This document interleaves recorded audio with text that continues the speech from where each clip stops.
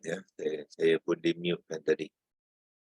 A'udzubillahi minasyaitonirrajim. Bismillahirrahmanirrahim. Alhamdulillahirabbil alamin. Wassalatu wassalamu ala asyrafil anbiya'i wal mursalin wa ala alihi wa sahbihi ajma'in.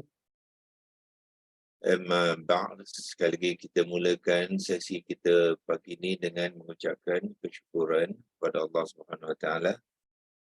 Cuma saya punya kamera ni saja kadang-kadang bila on dia akan bergegar, ya, tak tahu sebab apa. So, kalau dia bergegar tu saya padamkan sekejap. Kadang-kadang biar dia on off tu dia okey pula. Sekarang ni okey. Ya, kalau dia tak okey nanti saya kena padamkan kamera lah, ya, cakap tanpa kamera lah. Okey, kita teruskan perkongsian kita masih lagi dalam usaha kita mengenal kalimah-kalimah Al-Quran, ya. Bagaimana saya kongsikan semalam, vocab. Bahasa Inggeris dia pakai vocab lah, ya. Bahasa Arab dia ialah kalimah. Ya, kalimah-kalimah Al-Quran tu terdapat berapa? 77,347 kalimah tu. Kalau tuan-tuan dan puan-puan mahir, semuanya cantik sekali lah, ya. Jadi bila kita baca saja ayat Al-Quran tu, kita terus dapat memahaminya, ya. Maksud saya mengenal kalimah tu termasuk kita boleh menterjemahkannya, ya. Kita kenal huruf akar dia, kenal kata dasar dia, kenal kata terbitan, kenal macam mana kalimah tu diterbitkan, dibangunkan, ya, daripada kata terbitan tu dalam berbagai-bagai konteks, ya, mengikut kesesuaian dalam ayat itu, ya. Daripada kata terbitan, kadang-kadang kalimah tu dijamakkan, kadang-kadang i'rabnya ditukarkan daripada marfu' kepada mansub, ya. Kadang-kadang dia melibatkan pertalian jar wa majrur, kadang-kadang dia jadikan bentuk idhafah. Itu yang dimaksudkan konteks, ya, dan kaedah kalimah tu di dalam ayat tu. Jadi bila kita mengenal semua ni, insya-Allah kita boleh memahami ayat yang kita baca. Dan yang penting sekali ialah kita kaitkan risalah ataupun mesej yang Allah nak sampaikan dalam Al-Quran itu kepada kita. Ya, bukan setakat kita membaca, membunyikan kalimah dan huruf, tetapi kita kena mengambil ibrah. Ibrah ni ialah pengajaran dan peringatan. So kita letakkan diri kita di dalam ayat tu, dan apa kita kena buat reflection, ya, dengan konteks ayat tu, bagaimanakah diri kita, adakah kita menyahut seruan ayat tu ataupun kita sebaliknya, ya. Kalau kita belum lagi menyahut apa yang Allah katakan dalam ayat tu, maka kita kena bertindak, ya, melakukan sesuatu supaya kita tidak melanggar arahan-arahan Allah, ya. Kadang-kadang sebab kita tidak faham baca ayat Quran tu, kita baca sajalah, tapi sebenarnya ayat itu adalah arahan kepada kita, mengarahkan kita melakukan sesuatu, ya. Tapi kita tidak bertindak kerana kita tidak, ya, mengenal kalimah-kalimah dan ayat itu, maka rugilah kita, ya. Rugilah, ya, sebab memang kita sebagai hamba Allah, kita tidak boleh mengenepikan arahan-arahan Allah. Kita kena faham dan kita kena lakukan, ya. Termasuk juga larangan-larangan. Kadang-kadang ayat itu melarang kita, ya, tetapi sebab kita tidak faham, maka kita buat tak tahulah, ya. Kita baca, kita kata dah baca, ya, tapi sebenarnya kita belum lagi membaca, ya. Bagi QH Academy dan juga rakan-rakan yang bersama dengan QH Academy, kita more or less orang kata boleh menerima faedah yang membaca bermakna faham, Kalau kita membaca tak faham, maknanya kita belum lagi membaca, ya. Kita baru menyebut saja, terutama pada ayat-ayat Al-Quran, ya. So pastikan kita membaca tu kita memahami. Itulah dinamakan membaca, ya. Kalau kita kata kita sudah baca tapi tak faham, itu belum lagi membaca, ya. So, definisi pembacaan untuk rakan-rakan QHS Academy, sahabat-sahabat, kita kata membaca mesti faham. So, bila kita faham, kita akan dapat bertindak, ya, daripada isi kandungan ayat-ayatnya. Saya kongsikan terus skrin seperti biasa. Dan kita sekarang masuk ke kalimah. Semalam kita sudah habis berkongsikan ayat ke-22 surah Al-Anbiya berkenaan kalimah la fasadata, ya.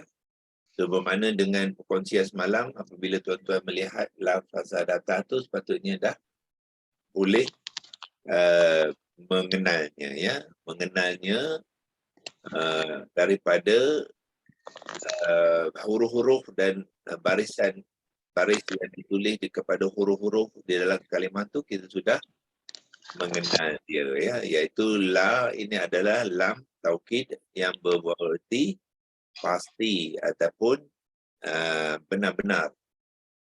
Fasada adalah komponen kalimah, komponen kata kerja kepada fi'il madhi, ya, yang dibangunkan daripada 3 huruf akar fa, sim, dal, menjadi kata dasar fasada, ya. Kemudian mengambil kata terbitan dalam bentuk fi'il madhi yang sama, iaitu fasada juga sebagai kata terbitan, ya.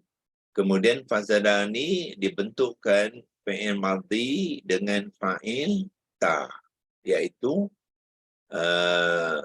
pelaku kepada fasada tu adalah dua kata nama, ya, 2 orang ataupun 2 perkara yang muannas, ya, ataupun kalau domainnya kita katakan dia adalah huma.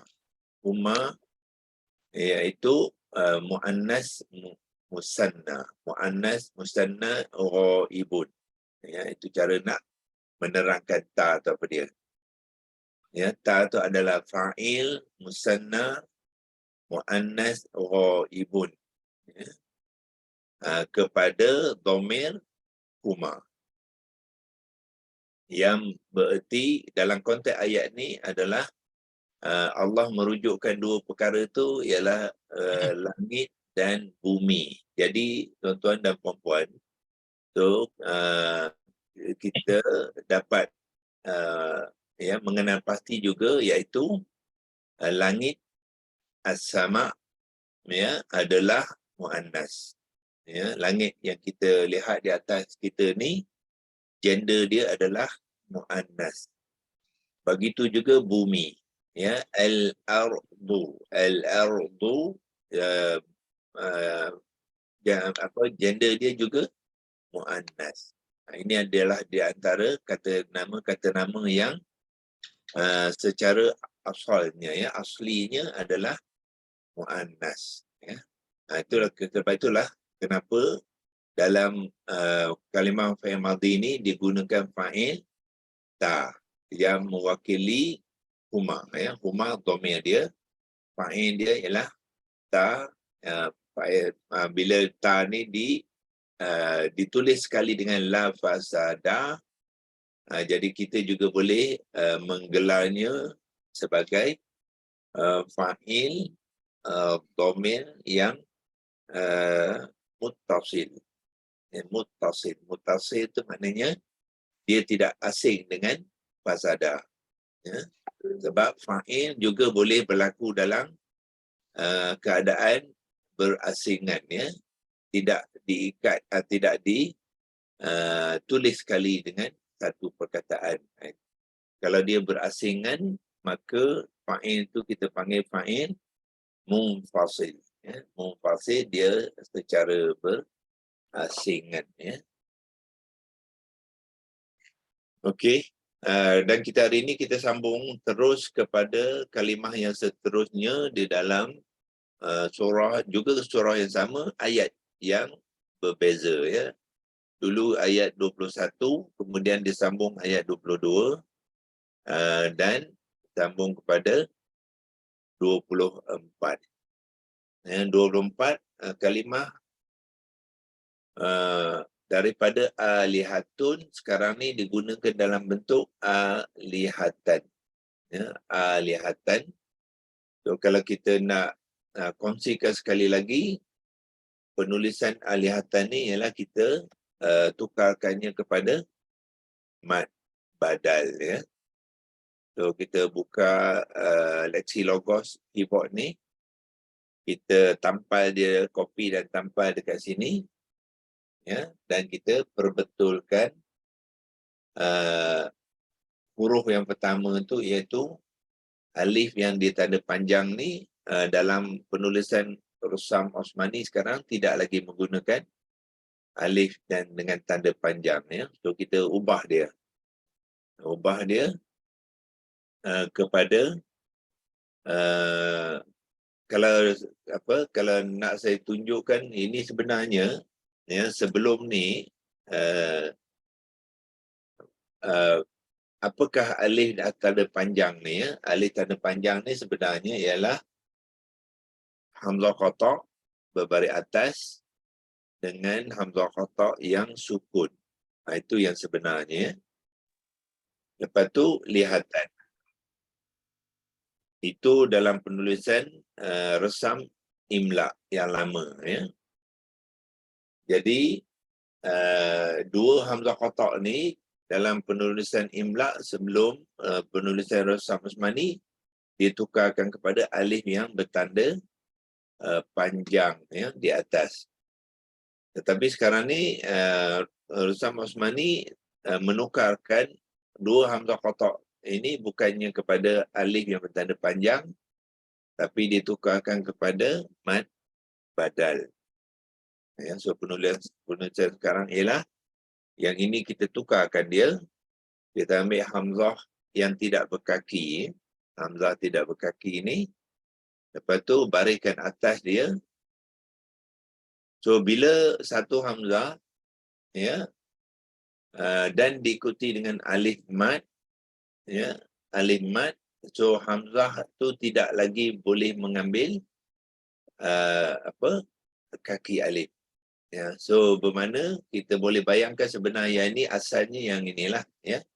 Asalnya hamzah qata' yang berkaki alif ni macam tu, ya. Kemudian hamzah qata' yang kedua yang sukun ni ditukar kepada alif mad. Ya. So ini peraturan tata cara kalimah Arab apabila ada hamzah qata' lepas tu mengikuti alif mad. So dia tidak boleh lagi dia mengambil kaki, maka dibuangkan kaki dia, ya, dibuangkan kaki dia. Sebab itulah penulisan mad badal ia adalah hamzah qata' juga, ini pun hamzah qata' tapi dia tidak berkaki. Itulah jawapan kepada kalau ada soalan-soalan kenapa sini alif hamzah qata' ni tak ada kaki, itulah jawapan dia. Sebab dia berada bersebelahan dengan alif mad, huruf mad, ya, huruf mad. Ya, dan ini berlaku bukan saja huruf alif, ya. Kalau hamzah tu berkaki waw contohnya, ya, kalau dia berkaki waw, ya, dia diikuti oleh huruf mad selepasnya huruf waw, ya. So dia juga akan digugurkan kaki waw.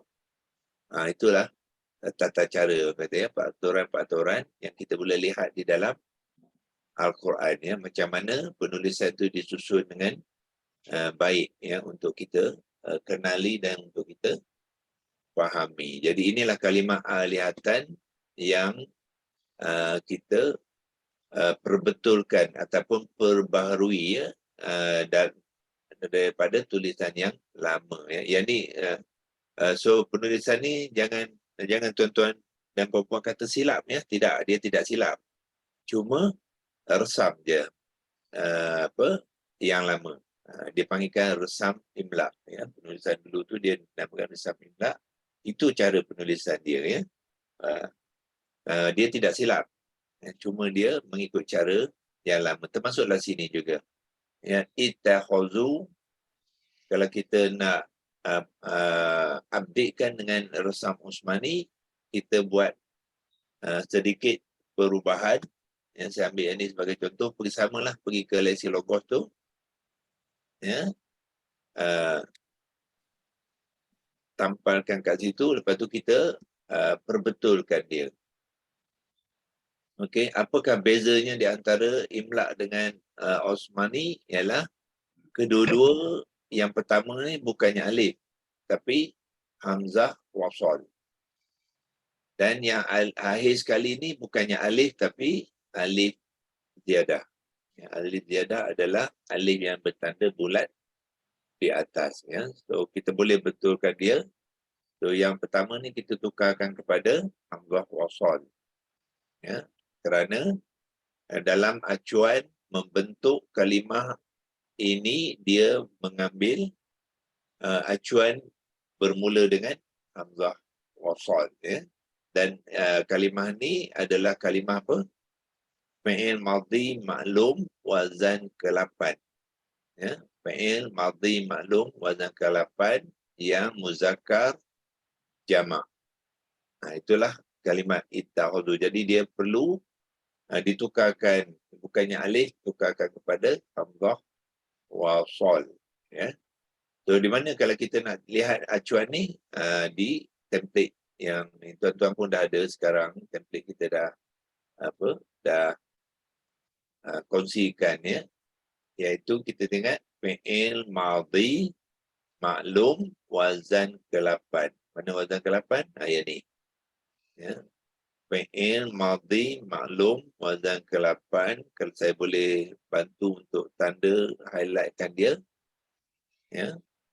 Fi'il madhi maklum wazan ke-8 ialah yang ni. Inilah acuan dia. Ifta'ala.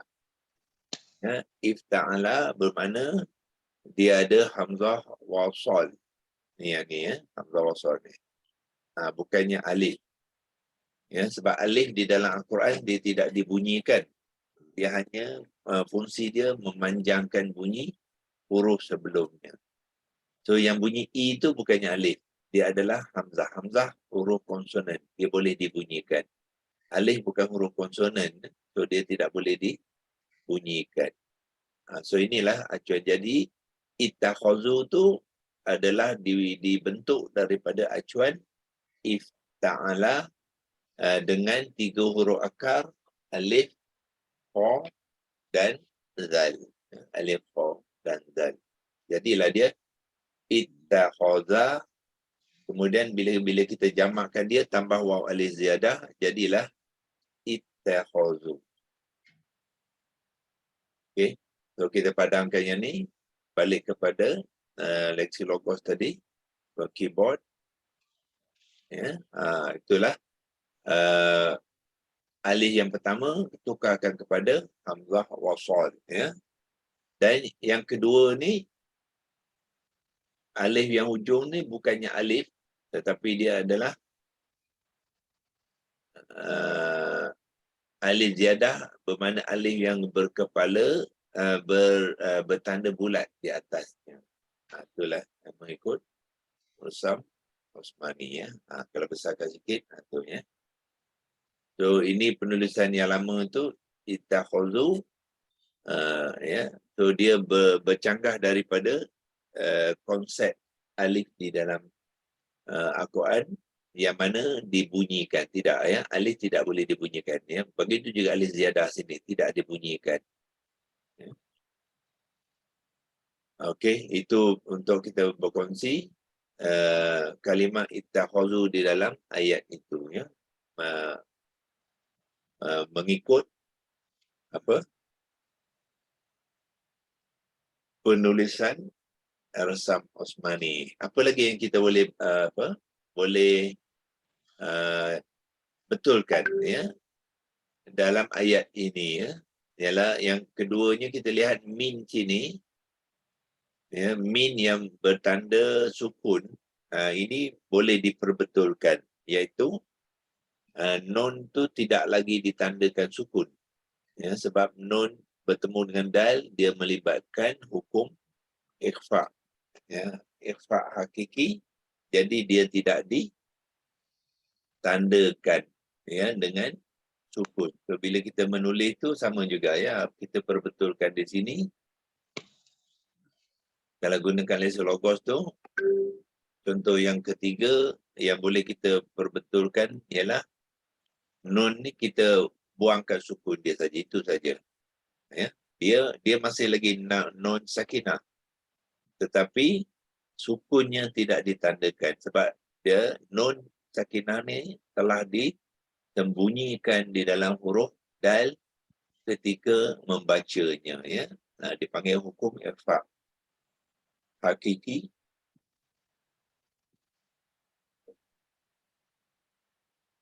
Di mana makhraj dan sifat nun tadi telah dimasukkan ke dalam dal, disembunyikan, bukan dimasukkan ya. Ikhfa maknanya disembunyikan. Maksud sembunyi apa dia? Maksudnya ialah membacanya dalam keadaan di antara izhar dan idgham. Itulah yang dinamakan ikhfa, iaitu menyembunyikan makhraj dan sifat huruf tu ya. Kita membaca bukannya izhar, kita membaca bukannya idgham ya, tetapi kita membacanya dalam in between, di antara.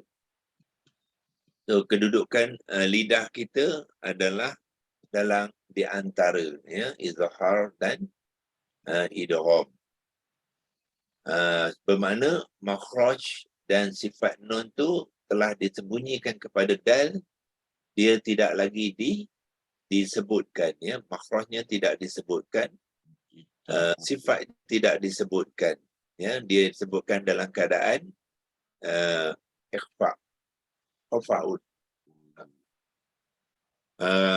Cuma satu sifat saja yang dikekalkan, iaitu sifat dengung khaysyum. Kita panggil sifat dengung khaysyum kepada nun, sebab nun yang sukun dia ada sifat dengung kerana dia termasuk dalam kumpulan al-khaysyum ya. Huruf-huruf al-khaysyum ada dua saja, iaitu nun yang sukun dengan mim yang sukun. Apabila menyebut nun sukun dengan mim sukun ya, dia ada dengung khaysyum yang kita baca dia sepanjang dua harakat.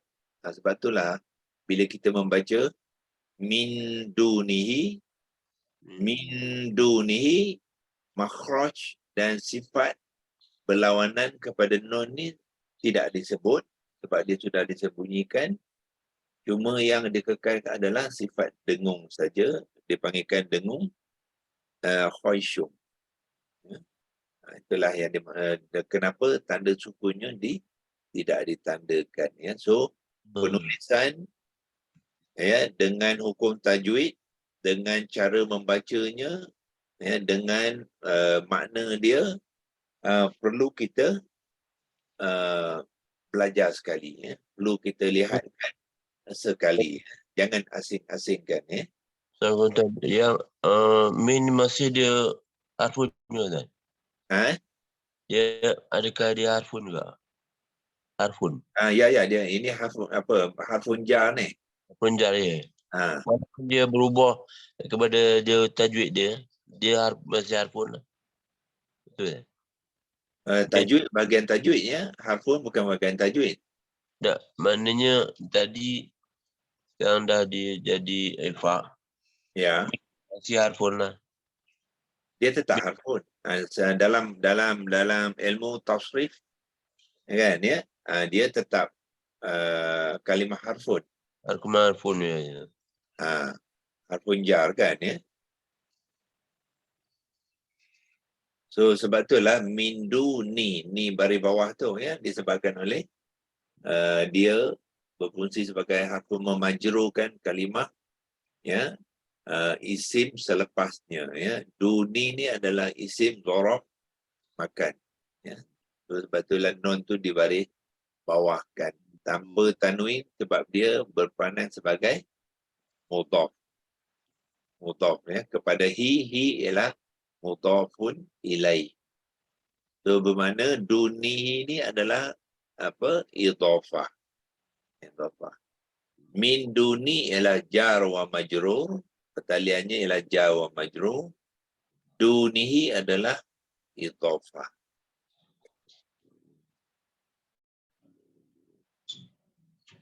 Okey, sekarang ni kita cuba menjawab soalan kenapa alihatan, bukannya alihatun ataupun alihatin.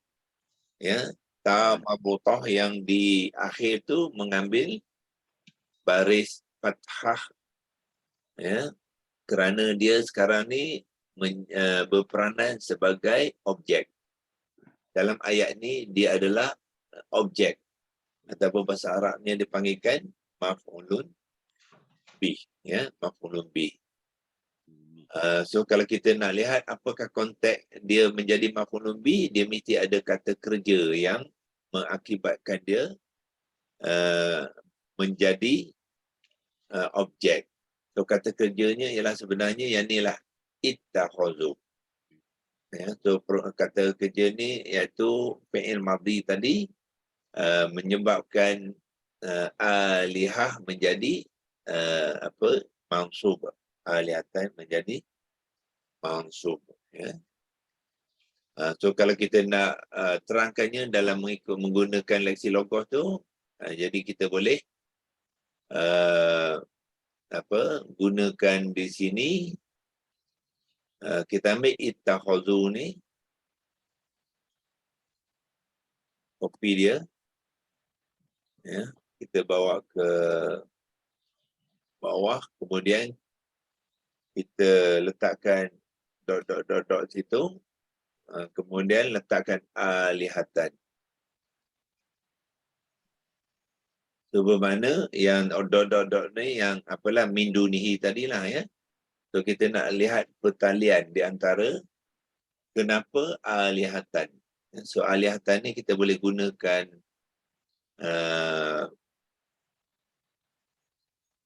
apa ni, penanda kita, marking scheme kita, kita boleh tanda dia adalah maf'ulun bih.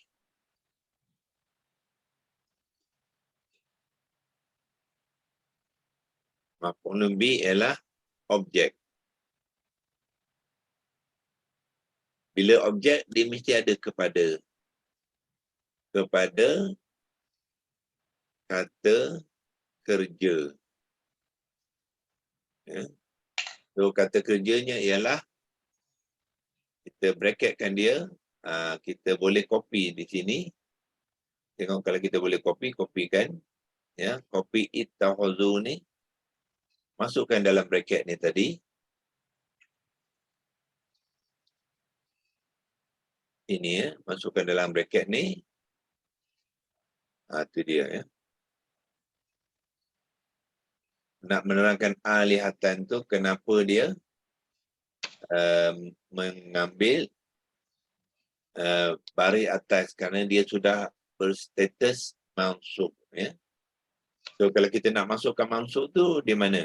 Kita boleh masukkan mansub tu selepas objek ni, iaitu yang mansub. Itu dia punya i'rab dia.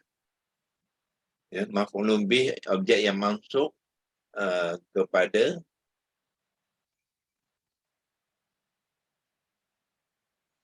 kata kerja ittakhazu.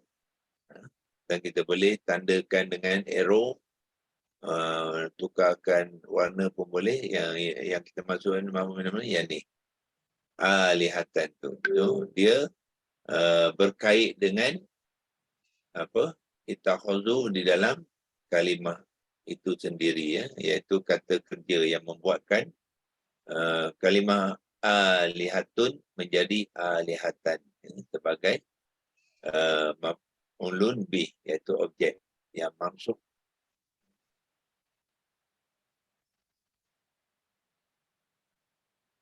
Okey. Kalau kita nak simpan ni, kita boleh simpan dia on screenshot. Ya. Lepas tu kita boleh clearkan dia. Ya, sebab kita nak melihat konteks ayat tu seterusnya. Kita pergi ayat tadi. Ya. Jadi, amit takhulu min dunihi alihatan. Allah kata, ya. Amit, apa dia amit? Amit ialah harfun ataf, ya. Harfun ataf atau, tetapi dalam bentuk soalan, ya. Dalam bentuk soalan, adanya hamzah qata' bila dalam bentuk soalan atau menjadi am. So, tulisan asal mim ni adalah sukun, ya. Dia adalah kalimah dia ialah am. Tetapi apabila dia bergabung dengan ittakhazu, kerana dia kena mengambil ta yang bertasydid di sini, so dia perlu dihidupkan mim tu kepada baris kasrah, ya. So, mana tulisan asal am ialah sukun, am lam, ya, sebagai contoh, ya. Am lam tunzirhum, ya, itu am yang bersukun. Tetapi bila dia bertemu dengan ta yang tasydid di dalam kalimah ittakhazu, so dia perlu dihidupkan dengan baris bawah. Jadilah amit takhazu, ya. Jadi memberi erti ataukah, ya, ataukah. Ittakhazu, waw al-ziyadah ni menunjukkan mereka, ya. Fa'il kepada fa'il madhi tadi, fi'il madhi ialah mereka, ya. So, ataukah mereka mengambil, telah mengambil. Fa'il madhi ada elemen masa iaitu telah, ya, perbuatan telah berlaku. So, apakah mereka telah mengambil? In min dunihi, selain daripadanya, iaitu Allah, alihatan, Tuhan-Tuhan. Ya. So, ini Allah addresskan ayat ni kepada mereka-mereka yang mengambil Tuhan-Tuhan lain, menyembah Tuhan-Tuhan lain selain daripada Allah, ya, yang menyembah berhala-berhala, yang menyembah patung-patung, yang menyembah pokok pun ada, yang menyembah matahari pun ada, ya, ada yang menyembah lembu, ya, dan sebagainya, seolah-olah mereka ni Tuhan, ya, kepada mereka-mereka ini. Jadi Allah tanya mereka, ya, ataukah mereka itu mengambil selain pada Allah Tuhan-Tuhan? Qul hatu burhanakum, ya. Jadi Allah cabar mereka ni, Allah suruh Nabi, ya, ini arahan. Qul maknanya katakanlah kepada mereka itu, ya, katakanlah kepada mereka itu. Jadi Allah suruh Nabi cakap dengan mereka, tanya mereka, ya, ataupun arahkan mereka itu, hatu, kemukakan, ya, kemukakan burhanakum. Burhanakum ni bukti-bukti yang mengatakan benda-benda yang mereka sembah tu sebenarnya adalah Tuhan. Ya, so, dapatkah mereka membuktikan, ya. Tapi sebenarnya jawapan tu telah pun diketahui, ya, kerana mereka sini mengetahui yang Tuhan-Tuhan yang mereka sembah tu sebenarnya Allah kata la yanfa'uhum wala yadurruhum, ya, maknanya Tuhan-Tuhan yang mereka sembah tu tidak dapat memberi manfaat apa-apa kepada mereka, dan juga tidak dapat memberi apa-apa kemudaratan, ya, kepada mereka, sebab mereka bukannya Tuhan. Mereka adalah rekaan manusia, ciptaan manusia. Maknanya kita bayangkan, ya, manusia ambil batu, dipahat-pahatnya, diukirnya, kemudian dia sembah. Dia kata ini Tuhan, sedangkan batu tu dia yang buat, yang apa tu, rupa bentuk tu kan. Jadi memang dari segi logiknya sesuatu perbuatan yang tidak masuk akal lah. Ya. Jadi memang sebenarnya mereka tidak dapat mengeluarkan bukti-bukti itu untuk mengatakan yang Tuhan mereka sembah tu adalah yang benar. Ya. Cuma manusia-manusia ni adalah dalam golongan Allah kata musyrik. Ya, musyrik. Dia bukan tak tahu ada Tuhan, ada Allah, ada. Dia percaya Allah tu ada satu, tetapi dia nak sembah Tuhan lain. Itu dinamakan orang yang mempersekutuai Allah, iaitu musyrikun. Ya. Okeylah, itu perkongsian kita sedikit sebanyak untuk melihat konteks kalimah alihatan tadi di dalam ayat. Ya. Ayat iaitu ayat ke-24 surah Al-Anbiya, sambungan daripada ayat-ayat sebelumnya 21, 22, 24, di mana setiap ayat itu juga membahaskan ataupun berkongsikan alihatan, sini alihatun, dan sini juga dalam bentuk alihatan. Ya. So insyaAllah besok kita akan sambung ilaha pula. Ya. Ilaha dalam ayat yang seterusnya, iaitu ayat ke-25. Ya. So terdapat beberapa kalimah daripada ilahun tu dalam surah Al-Anbiya ni banyak kali. Ya. 21 tu surah Al-Anbiya, banyak kali. Okey, so insyaAllah kita sampai di sini saja perkongsian kita pagi ini, dan kita akan sambung lagi insyaAllah di besok pagi. Wabillahi taufiq wal hidayah. Wassalamualaikum warahmatullahi wabarakatuh. Waalaikumsalam. Terima kasih doktor. Terima kasih, Doktor.